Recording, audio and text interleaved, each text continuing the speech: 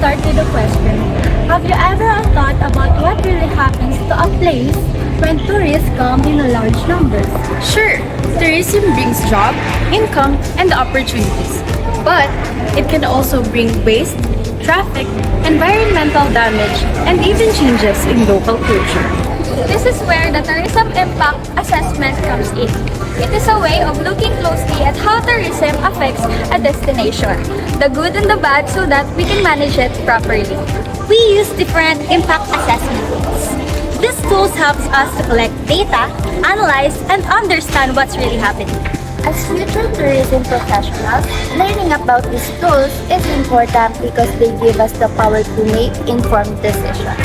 They help us ensure that tourism growth benefits communities, protects the environment, and creates positive experiences, not just for locals but also for visitors. So today, we'll dive into what these tools are and why they are so valuable in shaping the future of sustainable tourism. To manage the impacts of tourism, planners use what we call impact assessment tools. According to Gosling 2015, these tools are designed to measure and evaluate the effects of tourism and to reduce negative impacts and increase benefits. First is environmental impact assessment, checks on how tourism projects affect nature. Second is social impact assessment, studies effects on people, culture, and communities. Third is economic impact assessment, offers jobs, income, and local business growth. Fourth is carrying capacity assessment, finds out how many visitors a site can handle. And the fifth is visitor satisfaction surveys. These gather feedbacks from tourists to measure their experience and to improve future planning. Together, these tools are designed to protect destinations and promote sustainable tourism. Tourism impact assessment is a systematic process of evaluating how tourism activities influence a destination's economy, environment, society, and culture. It is designed to identify both positive outcomes, such as income generation, employment, and infrastructure development, and the negative consequences, including resource depletion, environmental degradation, and social conflicts.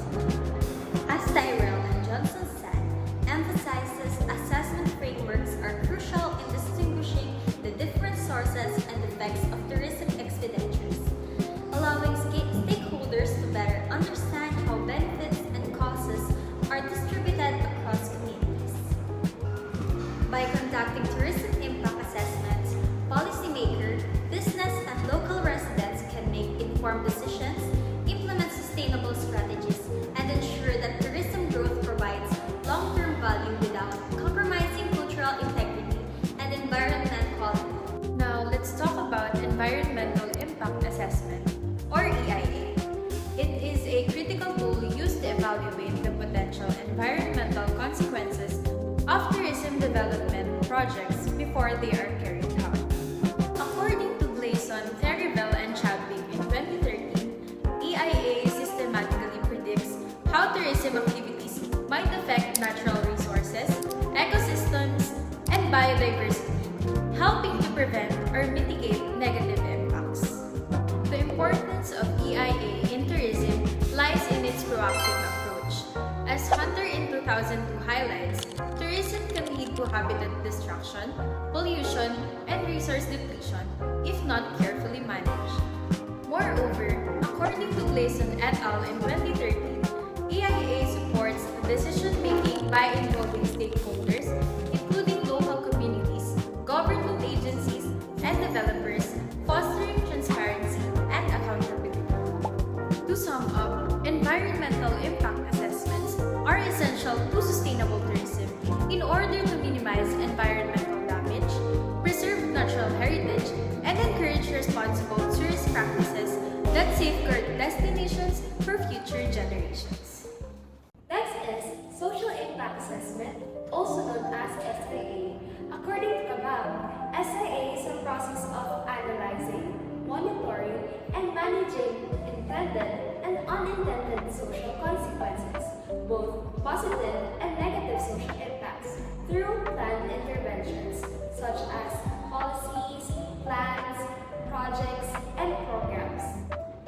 must remember that social impact assessment is not only a study or a report. Rather, it is a continuous process that should be reflected throughout the whole cycle of project making. Why undertake SIA? According to Bantley, SIA is a tool that helps us identify potential negative social impacts and find ways to reduce them. It aims to help local communities to address their needs. Therefore, SIA evaluates outcomes. It is a tool that allows us to measure and predict real social outcomes. Next, we'll explore economic impact analysis, also known as EIA. According to Tyler and Johnson, economic impact analysis seeks to estimate changes in regional spending, output, income, or employment associated with tourism policy, events, facilities, or destinations. What does an economic impact analysis measure? An EIA measures three core components of economic activity, such as direct effects, indirect effects, and induced effects. Direct effects. These are the immediate consequences of the project, such as job created and spending on materials. Indirect effects. These arise from secondary economic activities that are generated by the direct effects, such as increased demand for local suppliers. Induced effect. This occur as new income from the direct and indirect effects is spent in the local economy, supporting additional jobs and services.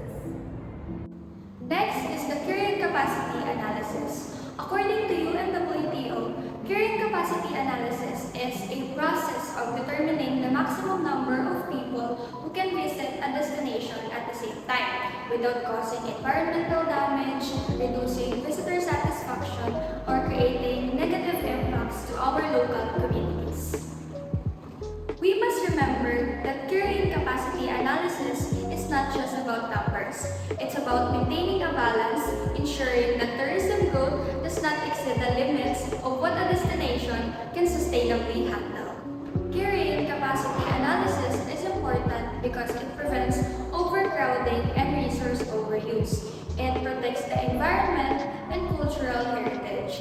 It also ensures visitor satisfaction. And most of all, carrying capacity analysis promotes long-term sustainability for future generations.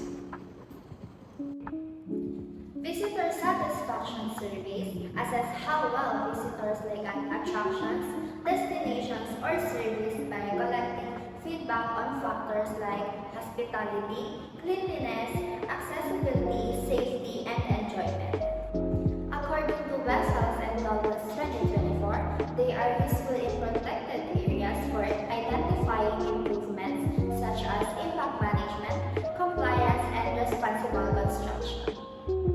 By providing both quantitative and qualitative data, this survey gives a fuller view of visitor experiences. To conclude, tourism impact assessment and its tool give us a clear picture of how tourism change destinations. By learning and applying them, we can make responsible choices that balance growth, protect communities, and ensure tourism remains sustainable. For the better of our future, Choose tourism, choose UA Manila.